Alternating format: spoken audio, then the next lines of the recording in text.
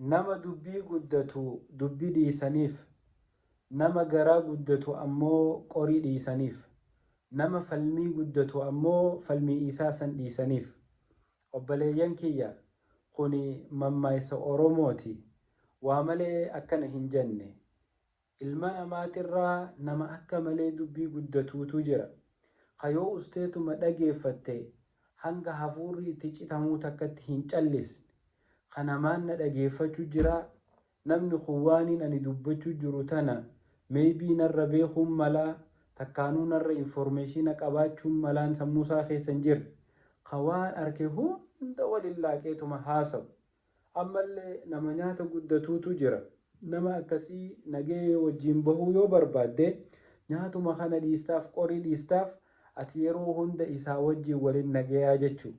Nama dubbii guddatu yoo atiis akkuma isaatitti dubbii wajjin guddiste nama san karaa fagoo wajjin deemuu hin dandeeysan. Osoo bakka itti deemtan waliin hin geenye karatti wal dhabdanii addan bahuu teessan. Tanaaf obboleeyyan kiyya ilma namaatii wajjin yeroo jiraannu namni san maal fadhaa, namni san maal jibbaa yoo adda barre nama sanii wajjin jiraachuun akka malee nama rakkistu jechuudha. Namni yoo dubbii ka guddatu taate dubbii guddina isaa kana itti dhiisteetuma numa dhageeffattaaf. Hanga inni gaara kaan bahee gaara kaan bu'ee laga kaan cahuu hedduma dhiistee dhageeffatta. Maaltu si dadhabsiise? Caal numa dhageeffadhu. Ifiifuu booda gizee hafuurri itti kutame sa'a bo'us namaan hin jettu.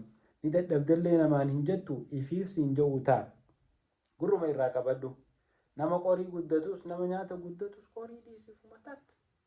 Hin duutu nakee haa wajjin jiraatta.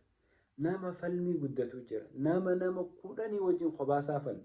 Nama waanuma adii tan arku gurraacha siin godheetuma. Hatta akka ifi amane sanis si amansiisuu barbaadu. Nama akkanaa kana yoo gara galtee waliin mormite siituu irra gowwaadha. Nama waan adii takka osoo arkituu haati adiidha jettuun gurraacha siin ja'u gurraacha jeetuma biraa garagalii deema obboleessa kee. Nama akkanaa hin injifattu. Injifachuunsaa jala callistee deemuu qofa. Namni inni wajjin falmu hin jiru, namni inni mataa dhukkubsu hin jiru, jala laaffisnaan inni nuuf fixate. Kanaaf obboleeyyan kee jireenya addunyaa kana keessatti ilmi namaa kan wal dhabuuf amala walii beekuu dhabuudha.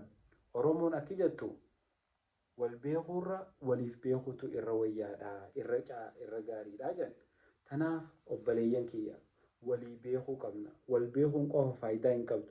Namni kun maal fedha, namni kun maal jibba. Yoo akkanatti amala namaa kana walii beekaa waliin deemne hedduu wal dhabbiin hin heddummaattu. Wal beekuurra waliif beekuutu irra caalaa jedhan. Kanaafuu warra walii beeku Rabbi nu haa godhu, warra waan hamtuurraa fagaatee toltutti dhiyaatu nu haa godhu. Assalaamu alaikum warahmatullahi wabarakatuh.